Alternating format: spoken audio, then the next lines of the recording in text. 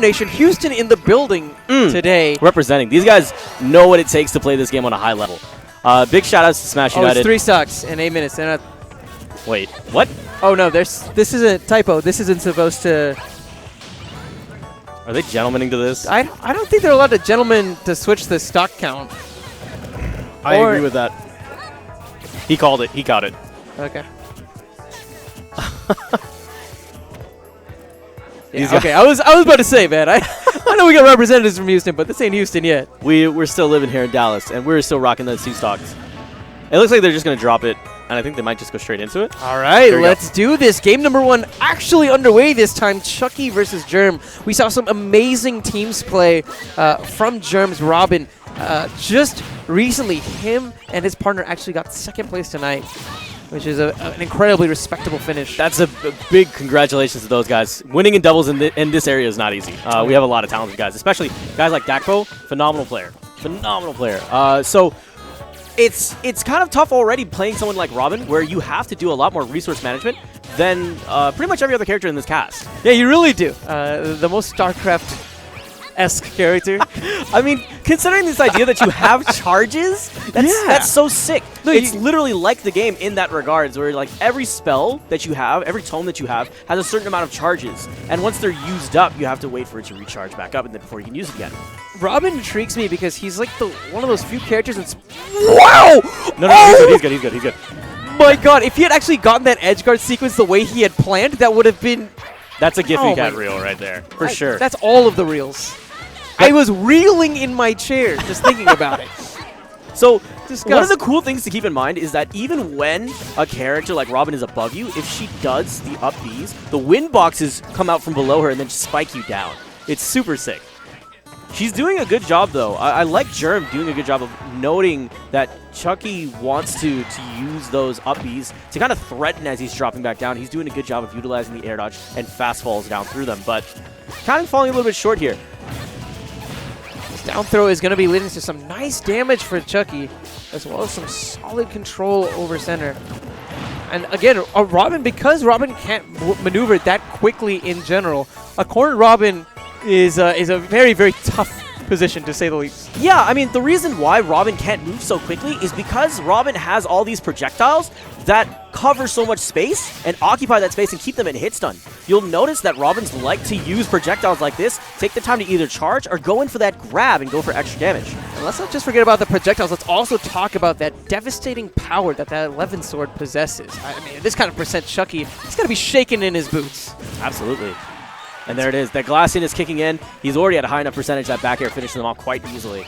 But now you have a position where you're stuck with your back to the wall. Jerm is trying not to make too many risky plays here, considering that Chukyyy only has to do a quick pivot and back throw Jerm back into the corner and get a little bit of extra percentage on him. Wow, and just Jerm, he knows that Chucky's probably going to be coming in with something like a grab, and so he's just throwing out forward airs, trying to intercept Chukyyy before he can get there, just using the most of the disjoint, really. And it's not only the disjoint itself, but it's the way that it comes out. It's one of the few unique normals in this game that come out from the bottom upwards, right? That's scoop. The scoops. Haagen-Dazs. Oh. Wow. There's the follow-up, though. Exactly what I'm talking about earlier. You put him in hit stun, you go for the grab. And even there, Chukyyy was just like, I'm just going to shield this projectile. But the problem is because it's such a lingering hitbox, because it lasts so long, shielding is not the best option. Dakpo feels like that's a projectile where it's a lot better to roll around it, get out of that situation rather than staying into the fray. And I definitely could see that, and I agree with it. The thing that's so tricky is knowing when to roll and when you're telegraphing it too much. Because granted, you have the invulnerability at the beginning, for the first half of the roll, the latter half, that's where it gets really scary. And especially in the last few patches, they added 1 frame at the beginning and the end. But that fantastic finish. And great from Chukyyy from Jerm to really hold his composure there. I was so worried whenever he overshot with the L whip that we would be seeing the punish come out from Chukyyy, and that would have been just the game. But he just takes the time. Chukyyy actually makes a mistake on punish. What ends up happening is we see that Jerm take some time, create some space, and all of a sudden it's a completely different game. Yeah, you're absolutely right. Closing things out with a very solid finish. And now Chukyyy has to figure out what he needs to do to really break down these walls. What are the patterns and habits that he's seen, and what sort of projectiles he needs to be expecting, and how should he really react to them? Well, let's see how he gets around him. So I guess the first thing that I would look at if I'm... get rid of those stocks, guys. Yeah, good, thank you. to. Appreciate y'all. So the thing that I would look out for is, first and foremost, is knowing when to use your counterplay and use that bubble right there. Being able to know when you can use down B safely is very important, because if you're stuck in it, you can get punished pretty heavily. Neptune, that magnet actually that absorbed almost 20% the first time that he did it. That was crazy. Exactly. But that's the thing, is that if he does it incorrectly, he leaves himself as an open target. If the projectile does not come, he's sitting there in magnet as an open target. He'll come in with a physical attack and just pop him, get a little bit extra percentage, and then go back to the usual game plan. He able to snap onto the ledge had me a little bit worried. I think he falls in the Austin school of thought as far as shenanigan-centric Nesses go. Definitely does a lot of really, really unorthodox options that can really catch opponents off guard. I think a lot of people are still kind of in awe about Austin.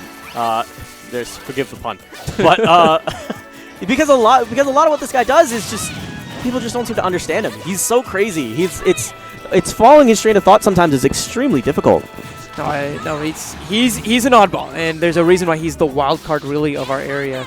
And Chukyyy, while definitely not as insane as Austin per se, has a lot of those similar characteristics. Beautiful catch, though, from Chukyyy. He's doing a much better job of mitigating some of these items that are being thrown out by Jerm in this match, but he still has such a long way to go from a percentage standpoint. Well, let's see. Oh, there's the fair catches him because he didn't have an active hitbox out there ready to go. That's when the fair just came in there and sucked him in there. Now, that up B wasn't that bad. I know it looked like it could have been. But the fact that he pushed himself all the way to the other side of the stage and he was outside of the range of projectiles or the physical body that could have come from Robin, that it wasn't that bad of a one. But a solid punish from Jerm. Grounded PK Thunder 2s actually might be a lot safer in this matchup in particular because of how slow Robin is. Keep in mind that Robin is actually the slowest character in this game from a run speed standpoint. Agreed. In terms of foot speed, it's pretty butt cheeks. Yeah. But that's why those projectiles are there. Just help mitigate that. But while you're throwing out all these fireballs, I kind of can't help but think to myself, Chukyyy should be kind of aware of that. That's a lot of what Jerm's been doing. So he has to figure out counterplay. That's the next level of Yomi, right? That's outthinking your opponent. I think the space he needs to operate from is one where it's maxed range on whatever projectile Jerm throws out, but far enough away where he can't get clipped by the 11 sword. Because, again, that is the change-up, right? That's why he's not comfortable with strictly staying in that magnet, is because if that 11 sword hits you, it's going to hurt a lot. You're going to guaranteed lose control, whatever control of the stage you had. You might even lose a stock as these percents continue to climb. Absolutely. So he's doing a good. So we're seeing Jerm just doing a good job keeping it consistent. He's not going and overextending himself. Especially considering that he's still in his last stock situations, and with Rage playing a factor, the increased knockback off of the back throw could be pretty scary.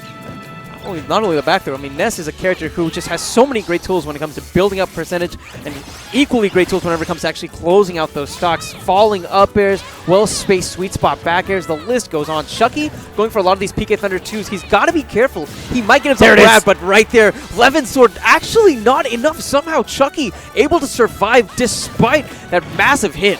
That was like pixel-perfect DI. Like, he's literally tickling the blast zone with his tippy toes. Jesus, man. Yeah. Okay, good fair. I mean, even now, at the brink of death, Chucky's doing such a great job of holding it together until he meets his unfortunate demise to that back throw from Jerm. He just kept it simple. He stayed at the edge. His back was already to the wall. And granted, Ness, you don't necessarily have the longest limbs. You're kind of a little kid with these stubby limbs that haven't hit puberty yet. I get it. But that overextension, that cost you a set. It costs a little bit.